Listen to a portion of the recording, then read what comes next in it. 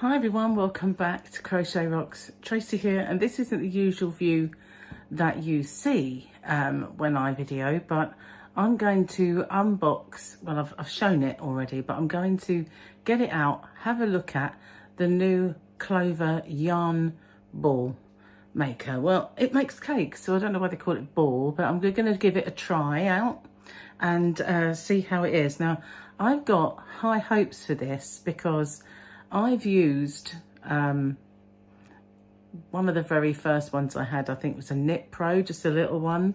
And then I wanted one that would do larger cakes. And so I got, I can't remember the name, it's Stanwood, I think it was. But it's very clunky and very geary, and it marked my surface in the yarn van as well, out there in the yarn van. Cat's meowing at me. So it marked the surface, so I really need to kind of find one that's easier and does the larger cakes and is not so clunky really. And this one is absolutely the one I'm hoping for. Anyway, I'm hoping it'll be as good as I think it is.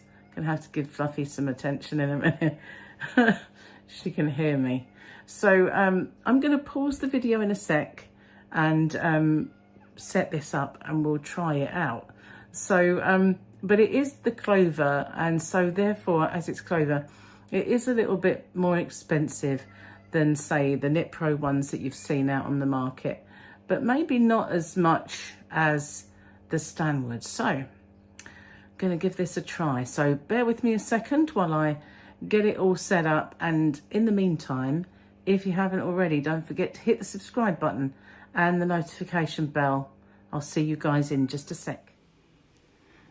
Okay, so I've opened the box, and inside we have the instructions, as I like to call them, in a multiple of different languages. As you can see, the top one is in English, and then there are several others. So straight away, one thing I do notice about this is how compact and small it looks. And it's one of these kind of wobbly head ones that do a little dance as they go around, which are kind of fun. And we also have the spool. So I'm going to put that there for a sec. Now it's going to take me a while to fit this onto my table. It's got quite a thin, actually it's quite fat there. So I'm going to use my Wool Genie and this yarn here because it'll act as a sort of a feed, and I'm going to cake that rather than use the hang. Excuse me a second, I've got a very noisy table, I do apologise. I've got to move my chair, and we'll come over this way a little bit, and I'm going to, this part here clamps. So it clamps to your table. You put your table here, and then you just do up this wing nut until that tightens up. So I'm going to do that for now. Just bear with me a second. As I say, it might take me a little while with this table.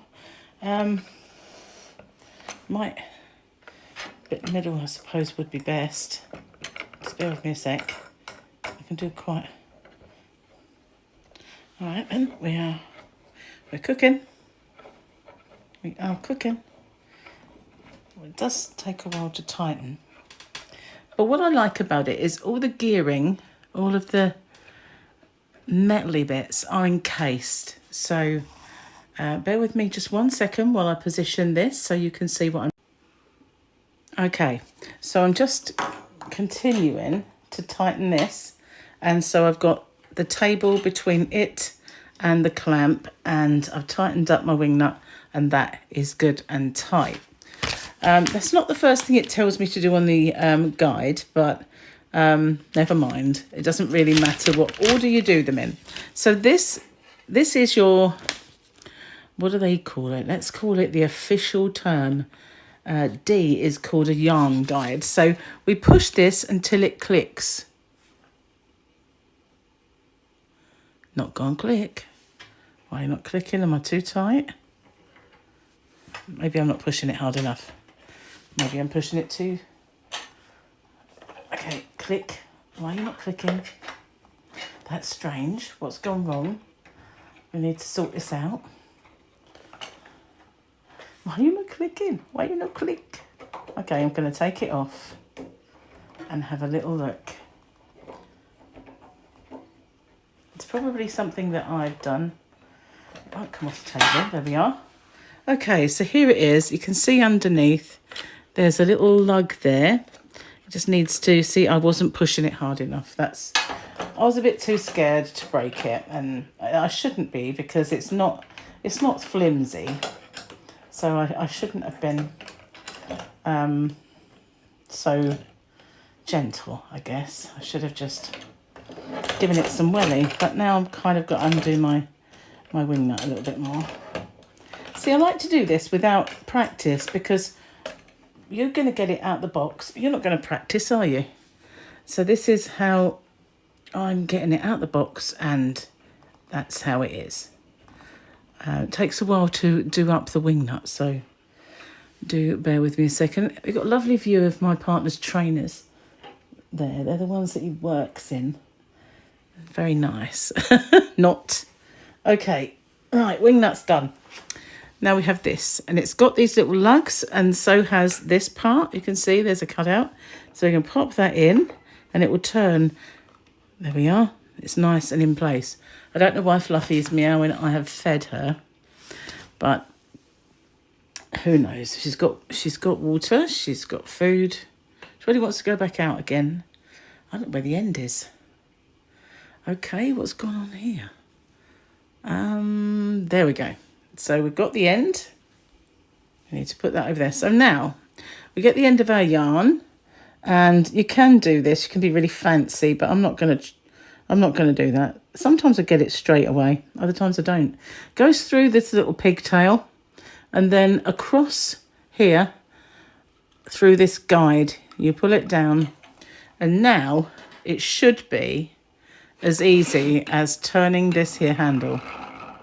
Now, obviously, I'm using the Wool Genie. That's going to spin like crazy. I'll tell you what, this is the easiest motion. Oh, my God. I don't think I've ever had one that is that smooth. Wow. This is actually a bargain. I've had a few. One I sold on eBay because I couldn't get on with it. Another was just driving me to distraction, so then I bought another one. And the other day, this little guide thing doesn't click into place with the other one, and it kept zooming all over the place, and I kind of lost my temper with it a little bit. Now, this is yarn balls collapsing, so that's what's going on here. It's nothing to do with the clover. It's all to do with this yarn being a bit saggy. Can't have saggy yarn. Now it's getting tangled on itself, because it is. It's gone underneath itself. Is it going to go? Yeah. It's just because I don't know why it's very soft yarn. Maybe that's the reason. But as you can see, this is so easy. Easy and effortless. I'm barely holding this handle. I don't have to push it. It just smooth is the word. I like it a lot. Not liking this yarn the way it's misbehaving though. I don't know what to do about it. It's gone like a spaceship yarn. So it would be smooth if the ball was, or if I was using a Swift, which I do have one out in the Yarnavan for Hanks. It would be absolutely very, very smooth. Now this is a large one, so you will do, it says it will do up to 130 grams or 4.5 ounces, but that obviously does depend on the thickness of the yarn. I think the thickness of the yarn will make a difference to how it cakes up on the spool there. But so far, so good. I am really enjoying this. It's very therapeutic. Look at the size of that cake now. It's not a small cake. It's doing quite a good job. Now, up until recently, the Stanwood was good. It was doing its job, and I think it might have just seen better days. And it has really marked my work surface. Now, that's not a problem out there because that's my workshop. It's my shop where I sell. It's home of hobbyrocks.co.uk, and it is also where, you know, I do my packing. It's a packing area. So, you know, what the work surface looks like is not so much of a problem. But if that was your table or your work table in a pretty yarn room, you wouldn't be very happy how that had kind of damaged it. So I'm now at the end of this ball, and these I've just put in another order for my shop for these wool genies and the spare spindles, which I sell with the base. So they will be coming very, very soon because they are actually a godsend. Now I've got a little bit of yarn bath going on. It's only tiny. Hopefully it is. But I'm hopefully going to do the end of this cake with you. See what I mean? I have a little bit. It's not a big knot. It was bigger, but I'm gradually getting that out. There we are. Okay, so I'm just going to hold it now. But it is coming to an end, so I'm going to get another little, hang on. Let's get rid of that because it's too flimsy. There we go. We're done. And look at that. Look how wonderful that is. I'm going to just get that off. And we've got a fabulous yarn cake. Look at that. Wow, I'm really impressed. I really liked it. This one's mine. I ordered one for me and one to put in the shop.